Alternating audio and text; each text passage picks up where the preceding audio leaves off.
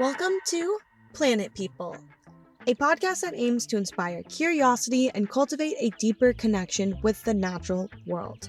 I'm Natalie Jane, a conservation biologist, eco-communicator, and the host of this podcast series. And I am thrilled to be sharing stories with you that highlight the beauty and importance of protecting our planet's wildlife.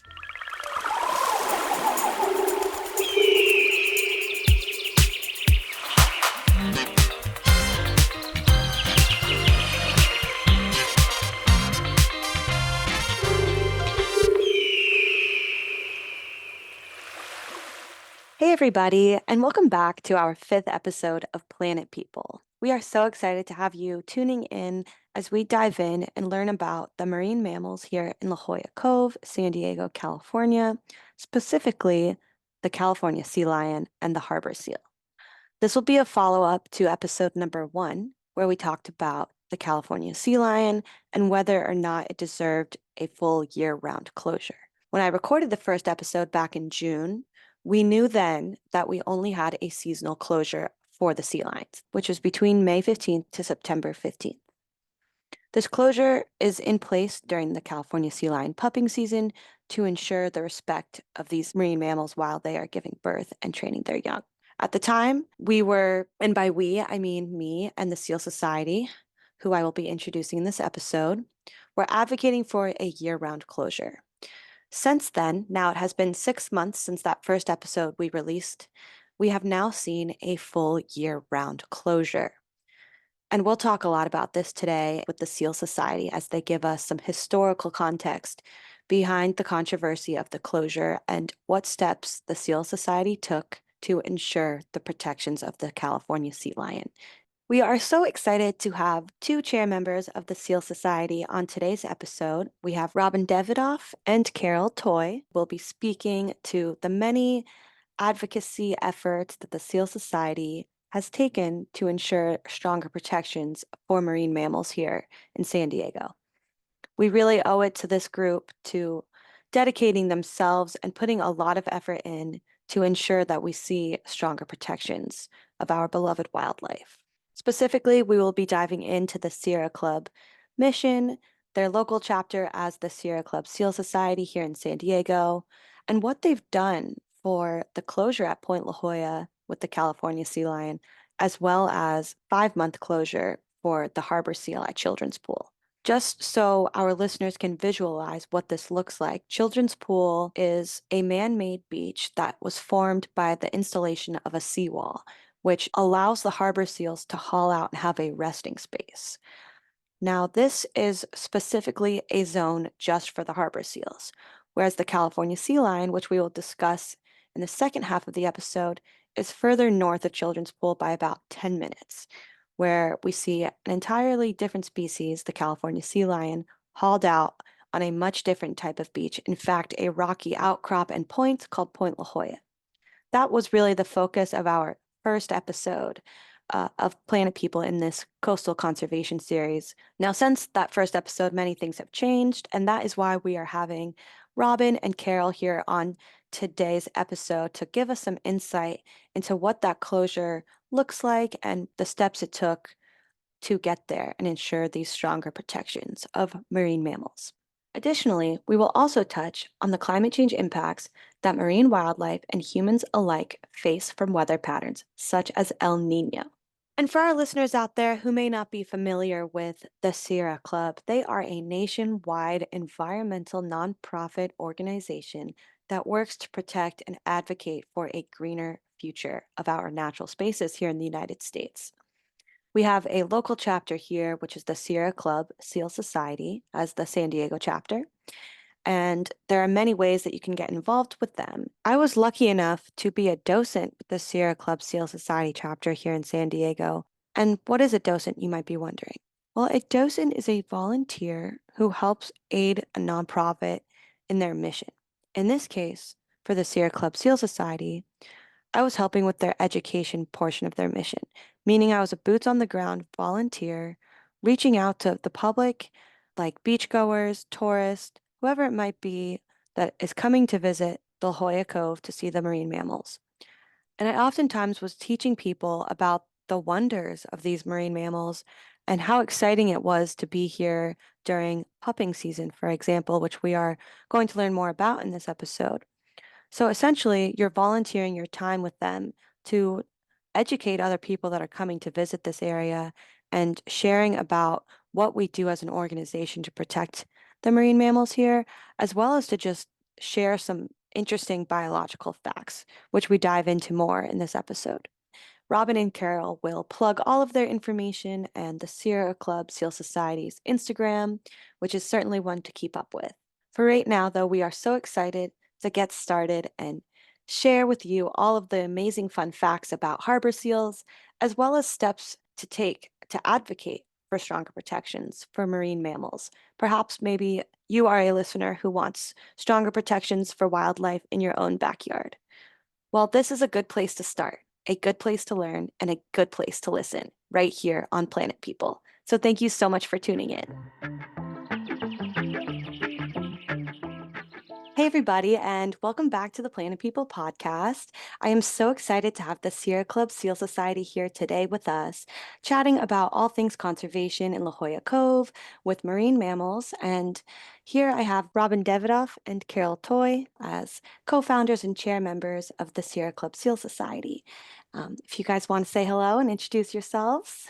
Hello, I'm Robyn Davidoff. I'm the Sierra Club Seal Society chair. Hi, my name's Carol Toye, and I'm also on the leadership team, and I support Robyn in her role. Well, it's great to have you both on here today. I've been lucky enough to be a docent and learn so much under Carol and Robyn, doing a lot of advocacy work on the ground here in La Jolla for the seals and the California sea lions that call La Jolla home. And we're so lucky to have such great biodiversity here. And I'm excited to talk about all things marine mammals today on this episode. And first, we're going to dive in to learn a little bit about the history of the seals and children's pool and the sea lions in Point La Jolla. And the context of this conversation is really focused on some human-wildlife coexistence issues that we face here with human encroachment on marine mammal territory and what the Seal Society is doing to advocate for their protection of these awesome creatures that we get to see here from land, which for some people visiting La Jolla might be their very first time seeing a marine mammal, which is pretty special. So just to provide a little bit of a roadmap of what to expect for the conversation, first we're going to discuss the seals at the children's pool and sort of how that was the starting point for advocating for stronger protections of marine mammals. And Carol, if or Robyn, if either of you want to speak to first maybe the Seal Society mission, and I know I touched on that a little bit, but first we'll start with that and then get right into the children's pool and what's going on there with the harbor seals this pupping season. Okay, well, the Sierra Club Seal Society in the San Diego chapter is part of the Conservation Committee. And Sierra Club has just celebrated their 75th anniversary in San Diego and has over 3.8 million paying members in the United States. Our mission is to protect the harbor seals at the children's pool, and we recently expanded to protect the sea lions at Point La Jolla, which is next to the La Jolla Cove. And we've been doing that for about 4 years. And prior to that, the seals have been protected by previous groups prior to ours since 1999.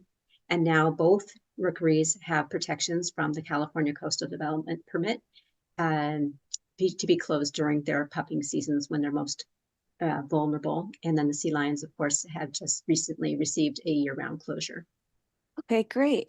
What is that harbor seal pupping season look like for the seasonal closure there at Children's Pool? Yeah, so the harbor seals have been really using the area most recently in the last 30 years.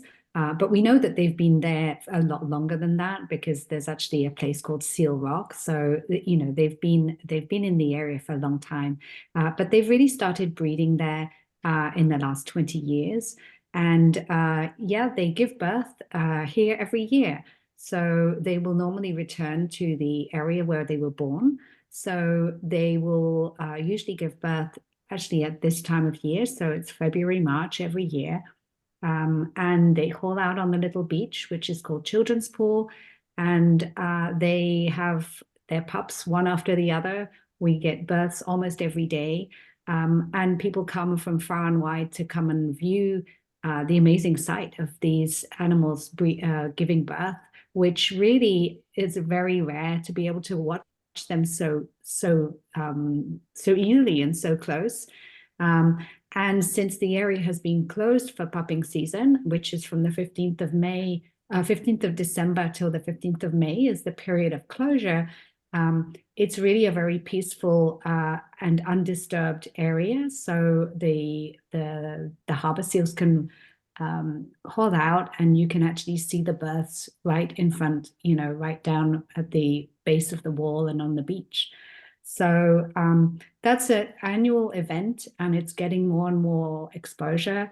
And people, as I said, come and watch. And we have docents that we train who can educate people who are watching, who obviously have a lot of questions about what's going on. I think, through education, people will always love the things that they know more about, and it enables them to, to feel that these animals are worth protecting. Absolutely. That's amazing that there's these viewing guidelines in place for those 6 months, and that provides the mothers and the pups with enough space to breed peacefully and hopefully peacefully. Are there any threat from people encroaching on the closure, or do you have problems with touching? And what does that look like with marine mammal guidelines? Are people respecting those guidelines? So yeah, in for the harbor seals, as I said, the area is closed. So there is really very, very rarely does anybody encroach in the area. So they are undisturbed. Some of the threats that they still do face is there is, sometimes pollution, and also sometimes the animals can get stuck in nets.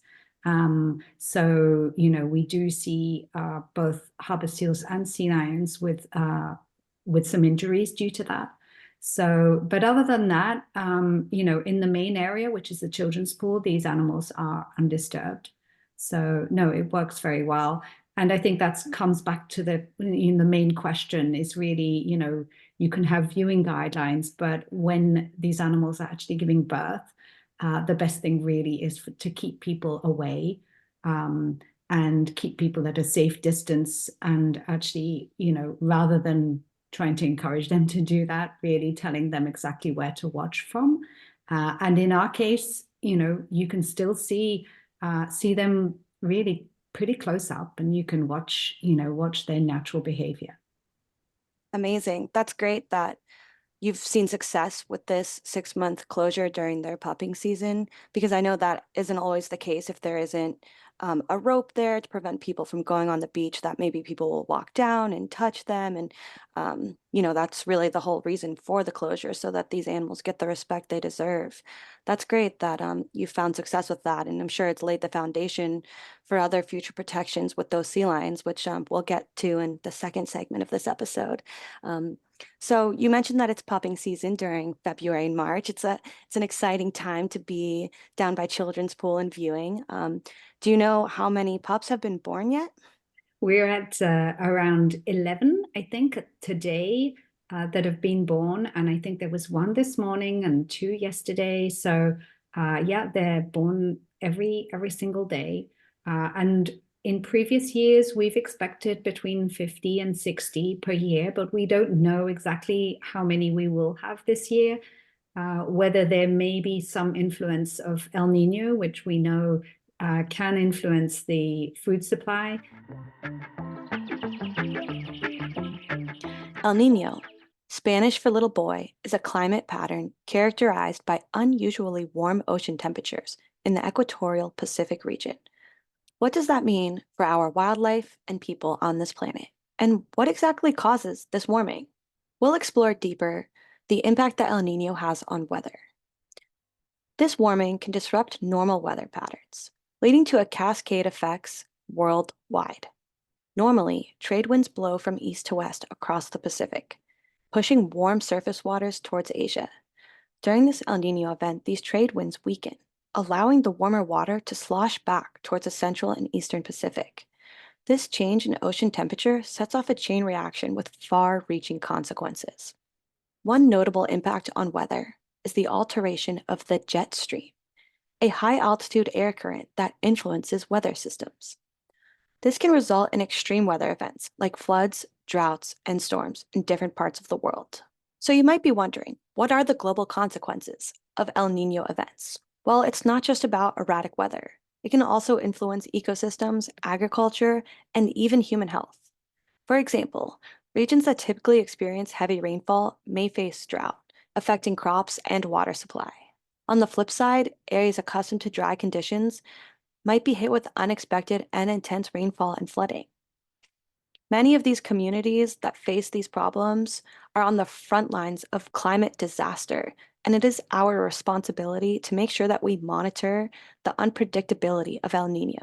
While scientists can do their best to track ocean temperatures and atmospheric conditions, it can definitely be hard to anticipate its arrival, with the exact timing and intensity of each event remaining uncertain.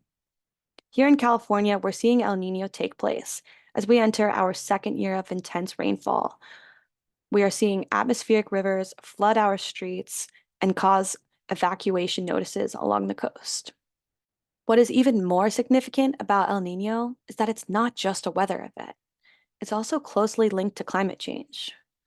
The warming of our Pacific Ocean during El Niño influences larger climate patterns. It serves as a reminder that our actions, from reducing carbon emissions to promoting sustainable practices in connection with nature, can play a crucial role in shaping the future of our global climate. So as we continue to unravel the complexities of our planet's climate system, El Niño serves as a stark reminder of nature's power to shape our world in both awe-inspiring and humbling ways. As our planet faces the challenges of a changing climate, understanding and monitoring El Niño become crucial in deciphering the intricate web of climate interactions. Here at Planet People, we hope we can help you better understand the impacts of these weather events and how they are linked to climate change, and ultimately linked to our survival and the wildlife of our planet. But also we've had the very large storms. And some people who have been watching these animals for many years have said that they're finding that the females are not quite as big as they have been in previous years. But it remains to be seen how many we will have. I certainly went down yesterday when there was some very large females. So, and with their stomachs moving, with those little pups really ready to get out and see the light of day. And when they do give birth, the little pups will often go down to the water with their mums. And it's really amazing to see, you know, the mums and the pups in the water. The mums will teach the pups everything that they need to know, because they will be weaned and on their own within 6 to 8 weeks. So that weaning period is 6 to 8 weeks then to train them to basically survive on their own, correct? That's correct, which is quite different from the sea lions, of course, which we'll probably come to. And that obviously influences the way that different animals should be treated differently. Absolutely. Yeah, that weaning period is much shorter for the harbor seal versus the sea lion. And it's interesting how different they are, but you know, they're both marine mammals and they follow different pupping seasons, weaning periods with their young, quite different, even though they're in the same family. So just to expand on the biology of the harbor seal, what is that first moment like when a pup is born and the mother is imprinting with their pup, right? Don't they come around and touch noses and then go down to the water like almost immediately, correct? So yes, actually what they do is when they're born, the mom immediately turns around and starts to touch noses with the harbor seal pup. That way they are creating a bond by scent. And she also then will usher it down to the ocean and take her for a swim, because the seagulls are quite aggressive. They would like to have the afterbirth, and so the mom doesn't want her pup to be pecked at from the seagulls. So she takes them immediately into the water, teaches them how to swim, and when he or she gets a little tired, which is pretty quick when they're young, they climb on the mom's back and take a little rest. And it's just quite amazing to watch that. That's pure pup joy, isn't it? Just seeing that bond form right away. It's quite a special thing to see a live birth with seals. That's awesome. What is And I think, afterbirth? Go ahead. So the afterbirth is just like on humans. So the baby is born, the pup is born in a sac, which pops open when it is born. And then the afterbirth is like the rest of the umbilical cord and the rest of the sac that comes out after she gives birth. And that's quite nutritious for the seagulls. I see. Carol, did you want to add on to that? yeah, I think the fact that it is so important for the mother and the pups, both for seals and sea lions, to bond very quickly and closely is really important in terms of the way that they need to be protected. Because as you can imagine, for a seal that has a little pup on a beach where there's lots of other pups, she needs to be able to recognize her pup, and the little pup needs to recognize the mom. They do that, as Robyn says, mainly through imprinting and recognizing each other's scent. But that bond needs to be really needs to be established very early on. And if they are disturbed at that time, it can lead to abandonment from the mom, either because she can be scared, or, as you can imagine, if you're actually swimming in the sea with your newborn baby, you can't really see in the same way as you can on land. So, it's crucially important that they establish that very, very close bond, and they shouldn't be disturbed in those times. Absolutely. The mother and the pup deserve all the respect they need to grow and bond and just have that nurturing relationship. And you mentioned that period takes 6 weeks for the weaning. What goes on during that 6 weeks with the mother and pup as the pup's preparing for survival on its own one day? So there's a lot of things that she teaches the pup, pretty much everything it needs to know. So first she starts out with swimming, how to properly swim, how to hold the breath for longer and longer periods of time, how to dive, how to hunt, and also how to take care to make sure that it's not eaten by a predator. Seals have spots which help with camouflage, and also she'll teach it how to sleep in the water as well as on land. So pretty much everything there needs to know, all in 8 weeks. It's pretty impressive. Pack it all in for 8 weeks before it's off on its own to survive in the wilds. And the ocean is a crazy place right now in La Jolla with all of these orcas we've been seeing offshore. Have you seen any of them on your outings to see the seal pups from land? Have you seen the orcas or anything? I haven't seen them. We've seen pictures. We are starting to read articles about them to learn more about them, because typically seals and sea lions are on their menu. However, these orcas come from the subtropics down past Baja California. And what we're seeing right now is they prefer to eat dolphins, and there's quite a few around. And so the hunting is quite easy for them. And so far, it seems they're leaving the seals and the sea lions alone. That's interesting. It's cool to see different pods of orcas specialize on certain species. It definitely ranges for different pods. So maybe the seals and the pups will be okay and out of their way, because those orcas are ruthless with the dolphins. So what else do we need to know about seals, like their internal pinnae or the shortness of their flippers, some other interesting physiological capabilities they have that help them survive? What are those kind of unique characteristics? You can explain the external or internal pinnae. I know it differs between sea lion and harbor seal, and that's important. One of the things that I looked at recently which was interesting, was the way that they use their whiskers. Typically, they can actually hunt at night, which seems amazing that you can actually hunt at night in the sea. And the way they do that is they have very, very sensitive whiskers that they point forwards, and they can sense movement that the fish have, so that they can actually find where the fish are through sensing with their whiskers.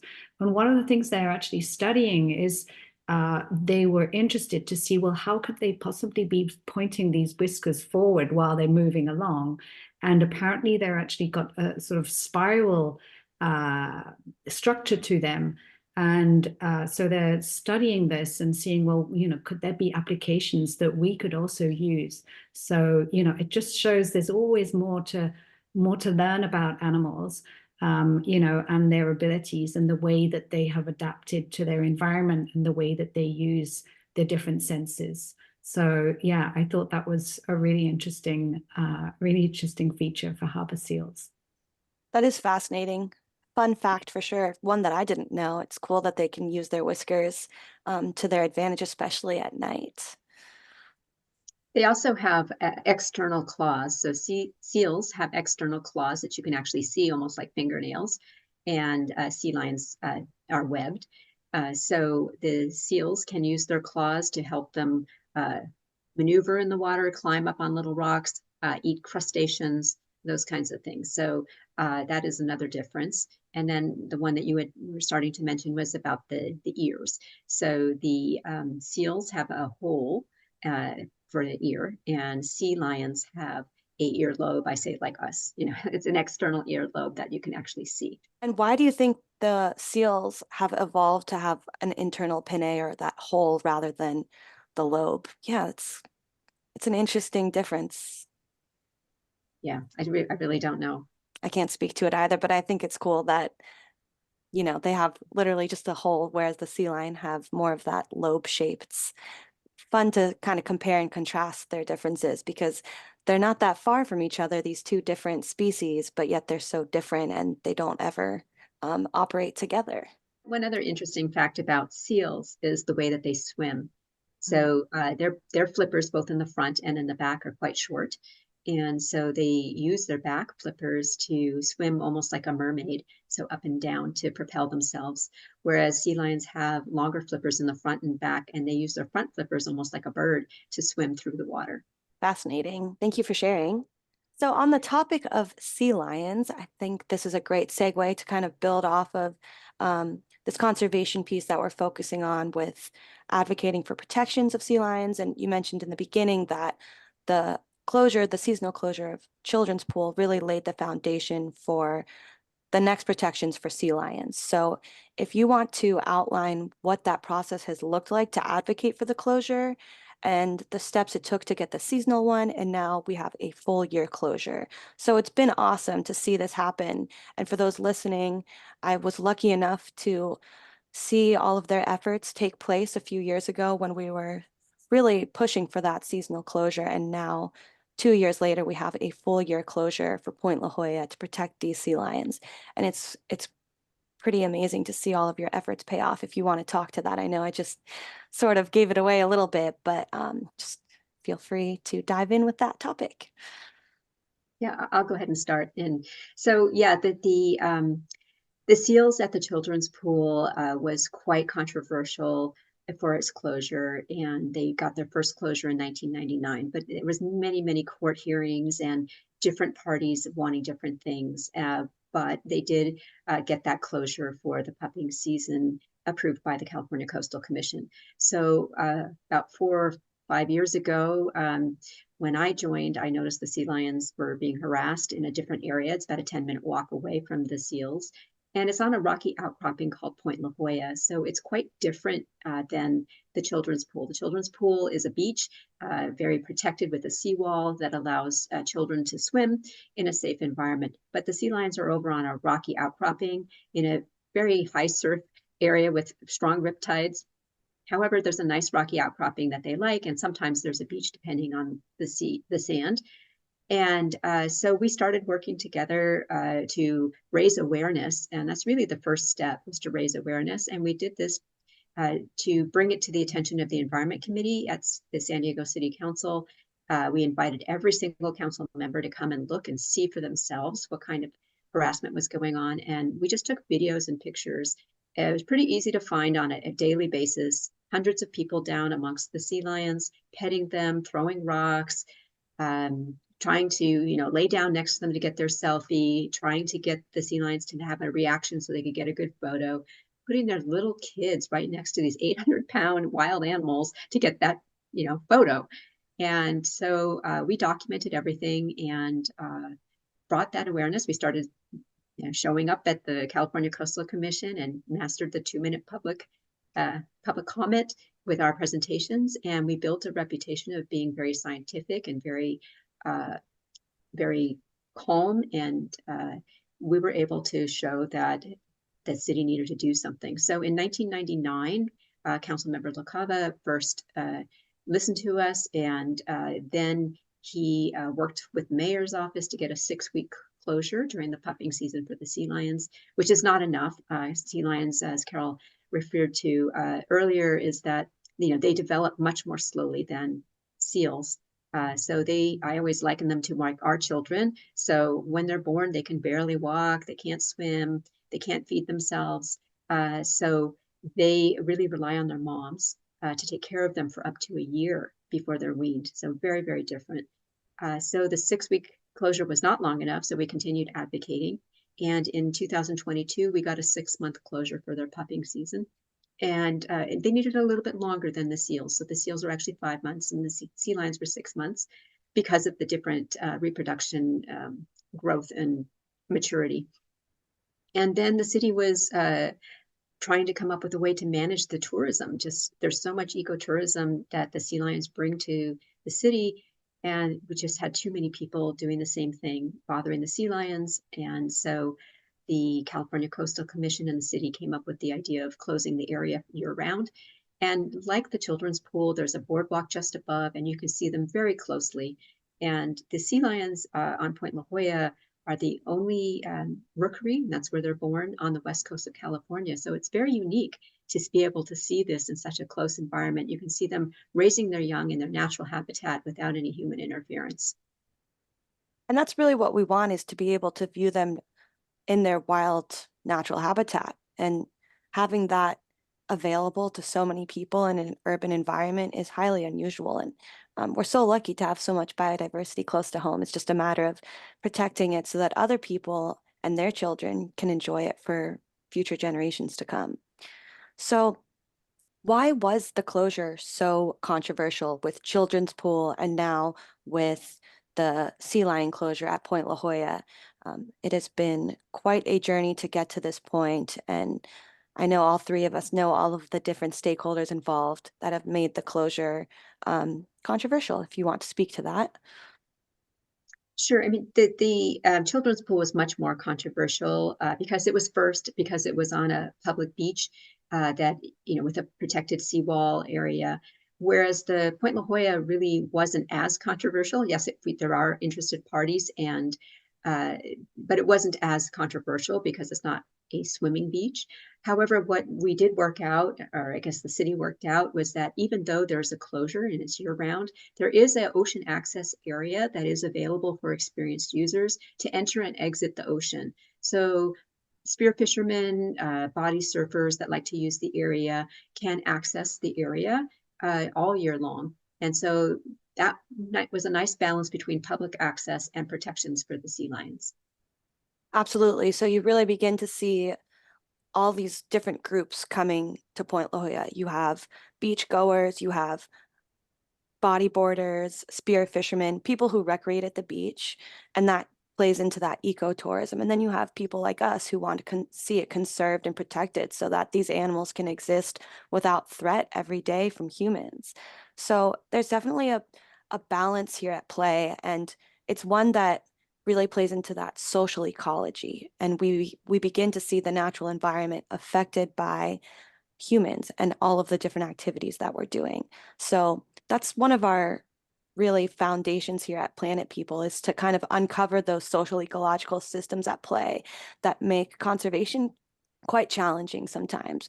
But if there's anything, it's that you two have shown me that conservation can really happen in our own backyard, and seeing the Seal Society take the necessary steps to advocate for the closure and show up at these Coastal Commission meetings, it's inspiring, and it's one that continues to draw me back in to try to better understand the conflict and speak up when I can.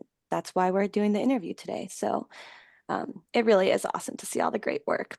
Yeah, I think also There is so much interest by the public in wildlife all around the world. We see this, and there's so much ecotourism, wildlife tourism, and for lots of different reasons. For people who very much respect wildlife, and also people who who just are so intrigued by wildlife. Most of the people who come to see these animals would say that they love them, they want to protect them, but very much the issue is they don't know how their behavior may be affecting the animals.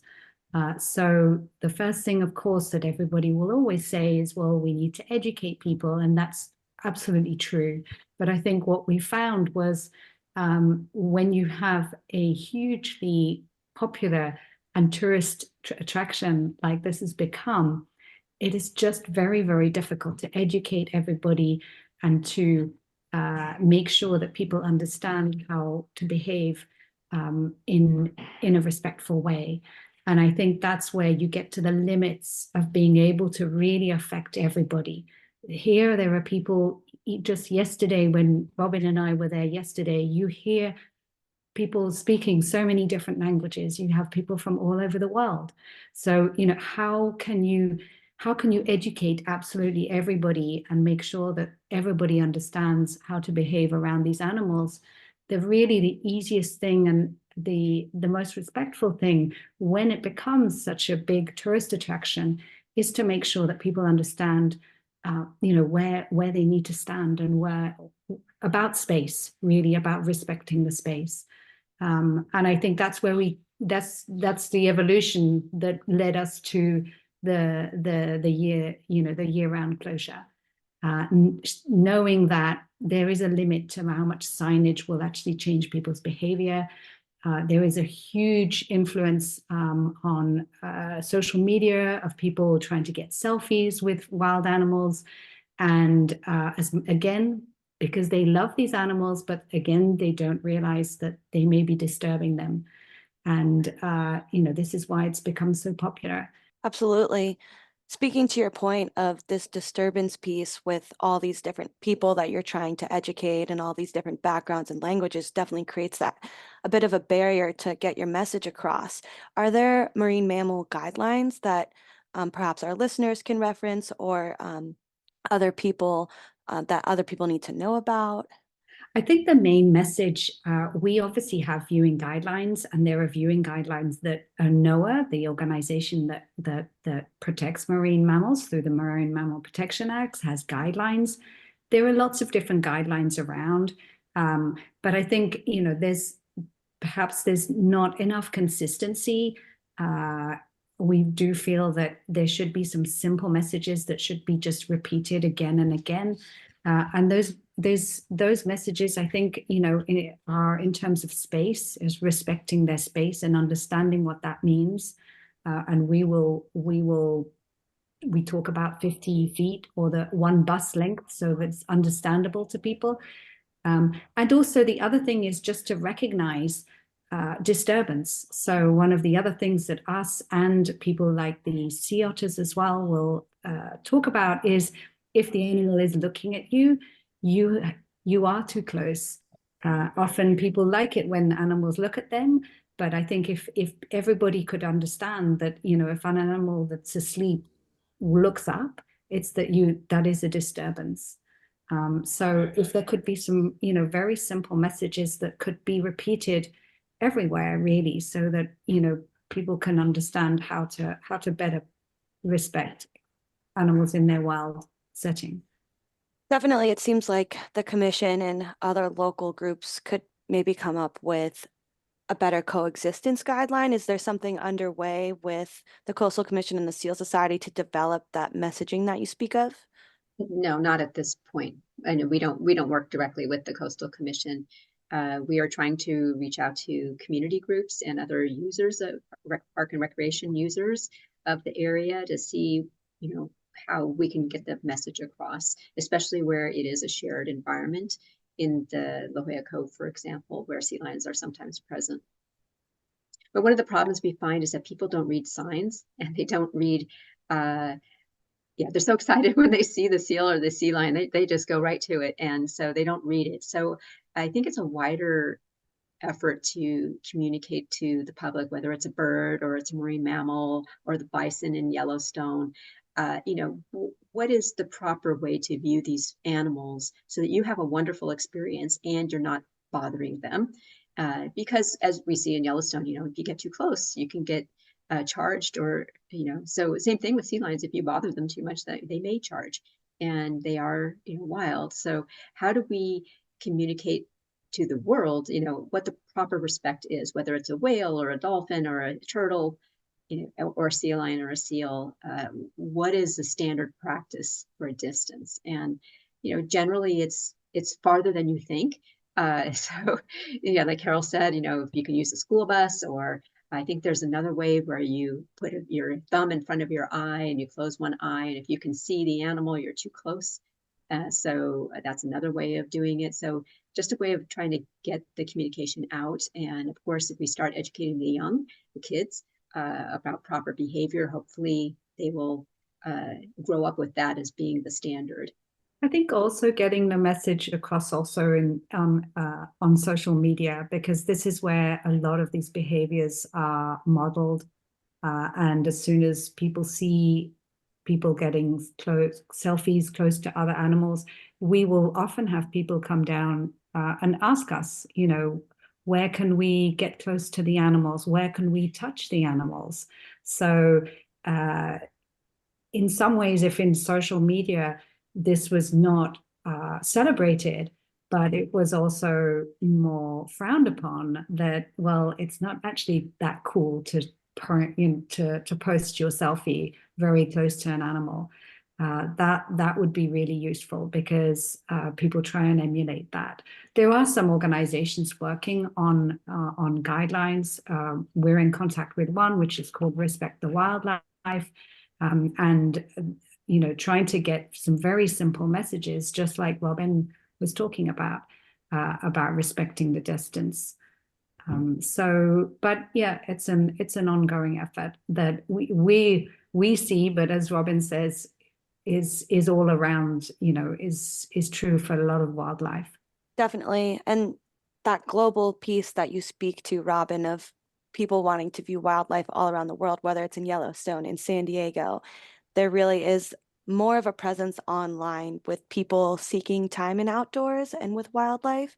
And I think that's definitely partially due to the pandemic and people realizing that we need to get outside and see what's around us. And that's great. We want everyone to have access, but there is this behavior that is modeled on social media that isn't necessarily one to follow, especially when we're encroaching on wildlife and taking selfies with them. We definitely don't want selfies with sea lions. That is behavior that we want to negatively reinforce. And teaching the younger kids is a good way to start, because they're the ones that will tell their parents, oh, I don't want to see the sea lion hurt, or that person is touching it. Is that okay? You tell them that it's not okay, or you don't pose them in front of the sea lion, right? We've seen that all too many times. Me being in the entertainment industry and just, posting in general, I'm just thinking, let's just start a trend about like the bus length. I think that there's something within that terminology. Like, let's just start a social media trend. You know what I mean? To be like, farther is better. Yes. And saying the bus length away, that is relevant to people, because it's like a metaphor. Like, oh, if you can imagine a bus between us and the sea lion, like it puts it into perspective for people that this is how far you should be away, rather than stay 10 feet back. Well, maybe someone doesn't have a good idea of what that looks like. But when you bring a metaphorical like comparison like that into their foreview, it can change how they behave and hopefully encourage them to view from a much further distance, which is what we want. The other small issue as well is, of course, we have people from all over the world. So 10, 50 feet doesn't really mean very much to the rest of the world. So, then you get into, well, is it 15 meters, 50 feet? And, that's where the bus length is much more understandable. Yes, buses could be slightly different in length, but still there's an accepted sort of view of what that would be. Yeah, that's why I think it's quite a powerful image. And then, you know, maybe that if that could be replicated on social media, that, you know, anything less than that is not okay. We keep posting videos where you can show how your Zoom works extremely well on your phone, and you can be a bus length away and still get amazing photos that show these animals quite close up. And people tend to forget that. So that's often something that we post on social media, just to remind people that, you know, that's the way to view them. Thank you so much, Carol, for providing us some more input with those viewing guidelines. And I'm very happy that we were able to break it down in this episode more for our listeners to better understand how to respect marine mammals from a distance and using that zoom capability on your phone. So, Robyn and Carol, please let our listeners know how they can get involved with their local Sierra Club chapter. If anyone listening lives locally in San Diego, how can they get in touch or get involved with the Sierra Club Seal Society chapter? So the way to get involved in your local chapter, so Sierra Club has chapters all over the country. I think they have 60 chapters all over the country. So just look up Sierra Club in your neighborhood and you'll find a chapter. And underneath each chapter, they have how to get involved, and they have different groups. They do all different things. We're the only Seal Society, but they have photography groups and bicycle groups, and then they have advocacy groups that work on climate change and housing density, water purity, all different kinds of things. And so in San Diego, if you'd like to get involved with the Sierra Club Seal Society, you can go to our local chapter website, sierraclubsandiego.org, and then /San Diego, and we're underneath the Conservation Committee Get Involved. And or you can just send us an email to SC for Sierra Club Seal Society @gmail.com, and either Carol or I get back to you. And or Instagram that Carol is managing at SD for San Diego Seal Society. Great, thank you so much. I'm sure there are several people listening here from the San Diego area that would love to get involved. As you know, the theme of our podcast is really focused on Southern California and locally to San Diego. So hopefully we can help out the Seal Society and get some more docents on the ground to do some advocacy work, especially during the harbor seal pupping season.